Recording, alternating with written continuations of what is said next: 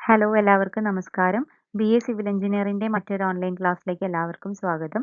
നമ്മളിപ്പോൾ ഡിസ്കസ് ചെയ്തുകൊണ്ടിരിക്കുന്നത് ഇറിഗേഷൻ ഡിപ്പാർട്ട്മെന്റിലേക്ക് കേരള PSC 2017 കണ്ടക്ട് ചെയ്തിട്ടുണ്ടായിരുന്ന ഓവർസിയർ ഗ്രേഡ് 3 എക്സാമിന്റെ ക്വസ്റ്റ്യൻ പേപ്പർ ആണ്. അതിന്റെ സെക്കൻഡ് പാർട്ടാണ് ഇന്നത്തെ വീഡിയോ. ഫസ്റ്റ് പാർട്ട് കണ്ടിട്ടില്ലാത്തവർ അതുകൂടി ഒന്ന് കാണുക. നമുക്ക് ഇന്നത്തെ വീഡിയോ സ്റ്റാർട്ട് ചെയ്യാം.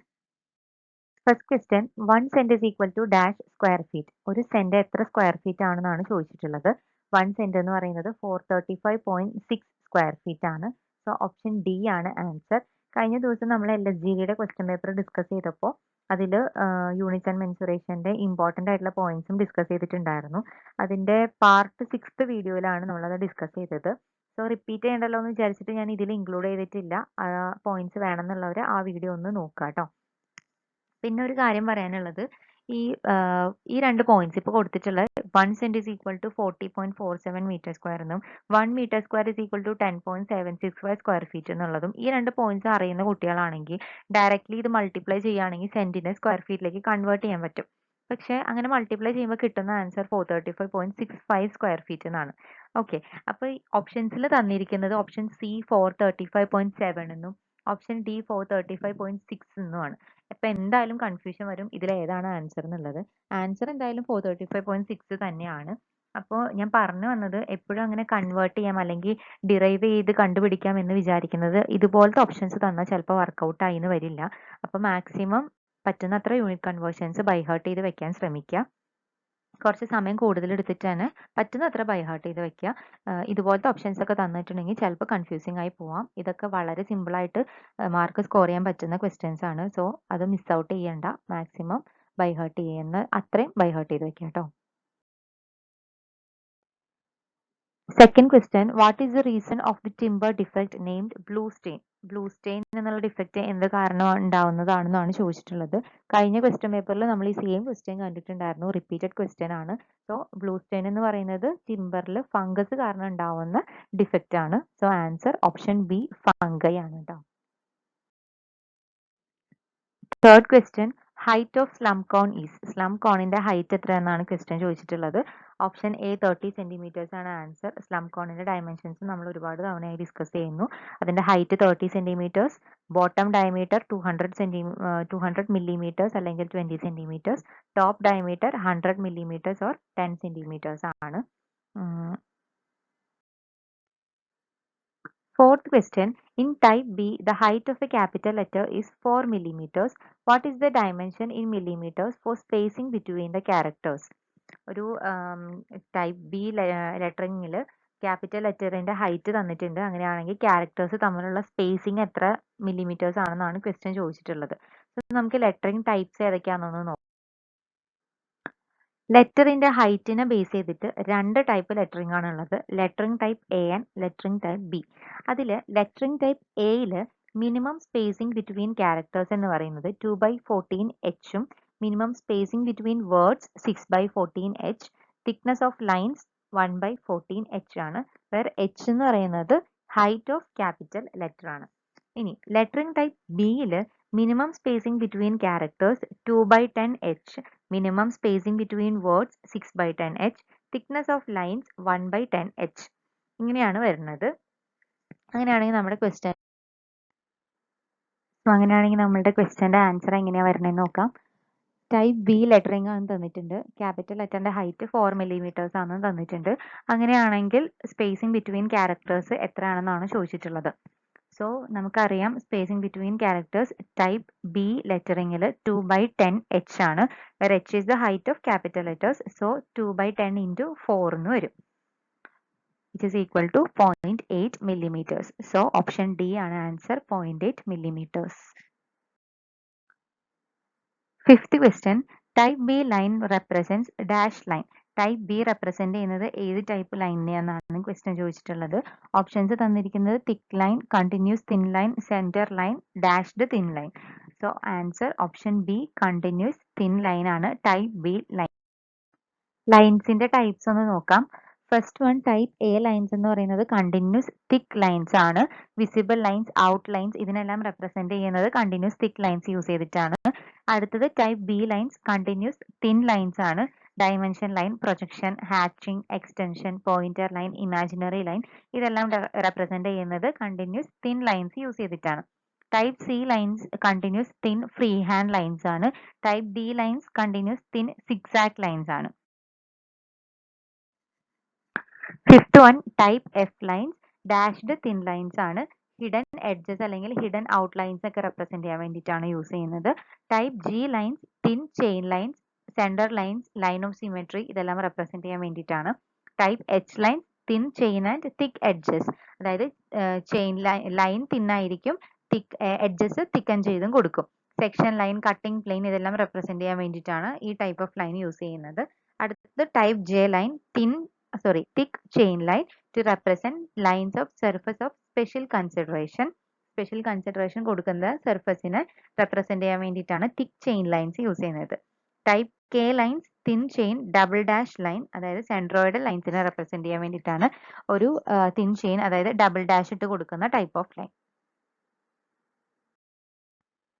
Sixth question, the T-square with the working edge length of 1000 plus or minus 10 millimeters is designated as.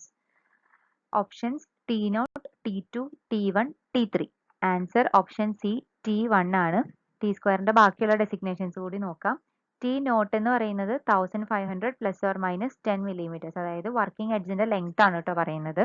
T1 1000 plus or minus 10 millimetres, T2 700 plus or minus 5 millimetres, T3 500 plus or minus 5 millimetres. അപ്പോൾ നമ്മുടെ ക്വസ്റ്റ്യനിൽ ചോദിച്ചിട്ടുണ്ടായിരുന്നത് 1000 plus or minus 10 മില്ലിമീറ്റേഴ്സിന്റെ ആണ്, അത് T1 ആണ്. Seventh question, what is the length to width ratio of A2 drawing paper? ഒരു A2 drawing ഷീറ്റിന്റെ length to width ratio എത്ര എന്നാണ് ക്വസ്റ്റ്യൻ ചോദിച്ചിരിക്കുന്നത്. ഓപ്ഷൻസ് 1:2, √1:2, 1:√2, √2:1. ആൻസർ ഓപ്ഷൻ ഡി √2:1 ആണ്. ലെങ്ത് ടു വിഡ്ത്ത് റേഷ്യോ ആയതുകൊണ്ടാണ് √2:1 വന്നത്. വിഡ്ത്ത് ടു ലെങ്ത് റേഷ്യോ ആണെങ്കിൽ 1:√2 ആണ് ആൻസർ. സോ അത് കൺഫ്യൂഷൻ വരരുത്. പിന്നെ മാത്രമല്ല A2 ഡ്രോയിങ് ഷീറ്റ് എന്നില്ല, എല്ലാ ഡ്രോയിങ് ഷീറ്റിന്റെയും ലെങ്ത് ടു വിഡ്ത്ത് റേഷ്യോ √2:1 തന്നെയാണ് കേട്ടോ.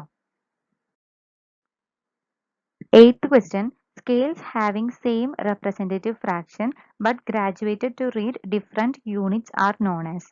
സെയിം റെപ്രസെൻറ്റേറ്റീവ് ഫ്രാക്ഷനും ഡിഫറെൻറ്റ് യൂണിറ്റ്സും റീഡ് ചെയ്യുന്ന സ്കെയിൽസിനെ കമ്പാരറ്റീവ് സ്കെയിൽ എന്നാണ് പറയുന്നത്. സോ ഓപ്ഷൻ സി ആണ് ആൻസർ, കമ്പാരറ്റീവ് സ്കെയിൽ. നമ്മൾ എഞ്ചിനീയറിംഗ് ഡ്രോയിങ് ഡിസ്കസ് ചെയ്ത സമയത്ത് സ്കെയിൽസും അതിൻ്റെ ക്ലാസിഫിക്കേഷൻസും എല്ലാം എക്സ്പ്ലെയിൻ ചെയ്തിട്ടുണ്ടായിരുന്നു. Ninth question, both external and internal details are shown in one view is dash. ഒരു വ്യൂവിൽ തന്നെ ഇന്റേണൽ ആൻഡ് എക്സ്റ്റേണൽ ഡീറ്റെയിലിംഗ്സും റെപ്രസെന്റ് ചെയ്യുന്നത് ഏത് ടൈപ്പ് ഓഫ് സെക്ഷനിലാണെന്നാണ് ക്വസ്റ്റ്യൻ ചോദിച്ചിട്ടുള്ളത്.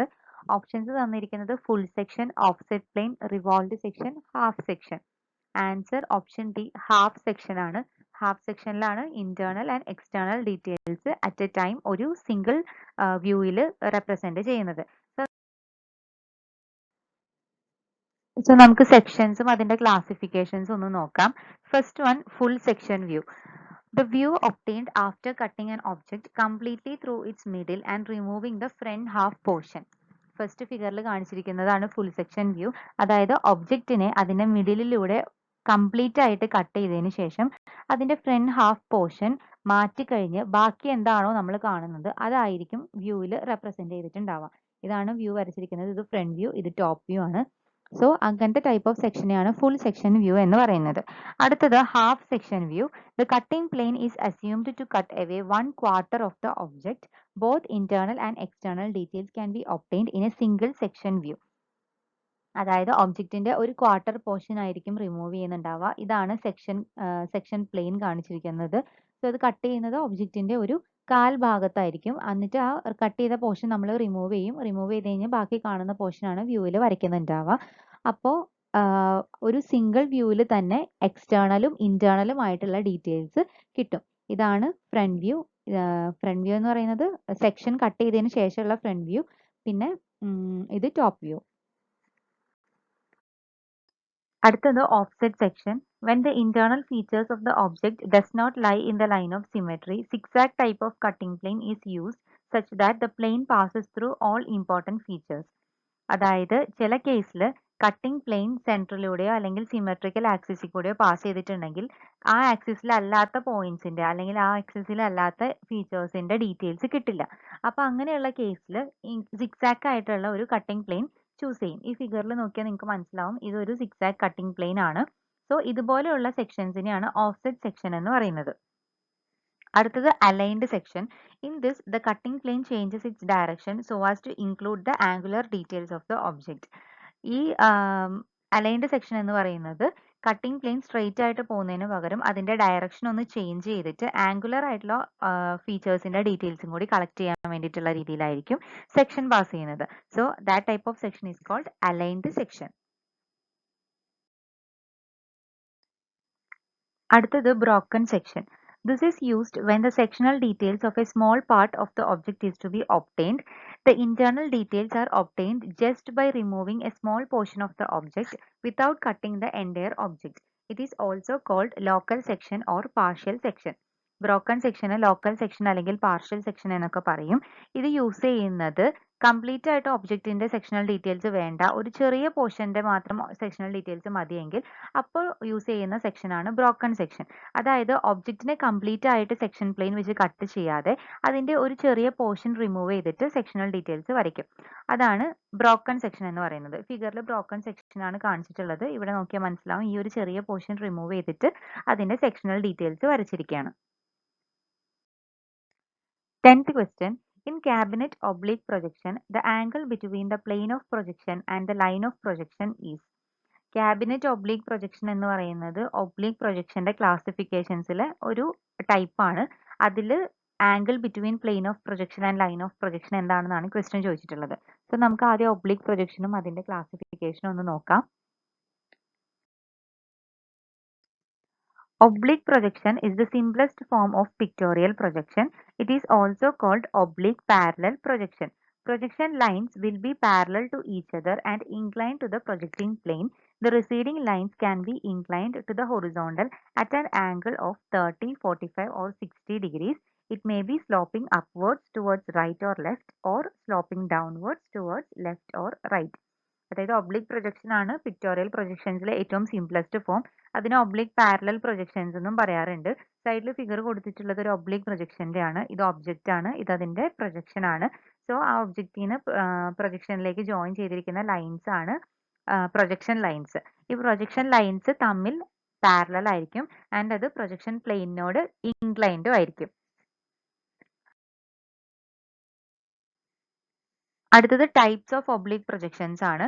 3 ടൈപ്പ് ഉണ്ട്. Cavalier oblique projection, cabinet oblique projection and general oblique projection. First one, cavalier oblique projection. The angle between plane of projection and projection lines is 45 degrees. Plane of projection projection line തമ്മിലുള്ള angle cavalier oblique പ്രൊജക്ഷന്റെ കേസിൽ 45 degrees ആണ്. And അതിന്റെ x y and z axis തമ്മിലുള്ള ratio 1:1:1 ആയിരിക്കും. അടുത്തത് cabinet oblique പ്രൊജക്ഷനിൽ plane of പ്രൊജക്ഷനും പ്രൊജക്ഷൻ ലൈൻസും തമ്മിലുള്ള ആംഗിൾ 63 degrees and 26 minutes ആയിരിക്കും. And x y z axis തമ്മിലുള്ള റേഷ്യോ 1:1:0.5 ആയിരിക്കും. അടുത്തത് ജനറൽ ഒബ്ലിക് പ്രൊജക്ഷനിൽ പ്ലെയിൻ ഓഫ് പ്രൊജക്ഷനും പ്രൊജക്ഷൻ ലൈനും തമ്മിലുള്ള ആംഗിൾ 45 ഡിഗ്രിയും 63 ഡിഗ്രി 26 മിനിറ്റും അല്ലാതെ വേറെ ഏത് ആംഗിൾ വേണമെങ്കിലും ആവാം. അതുപോലെ തന്നെയാണ് എക്സ് വൈ ഇസഡ് ആക്സിസ് തമ്മിലുള്ള റേഷ്യോ.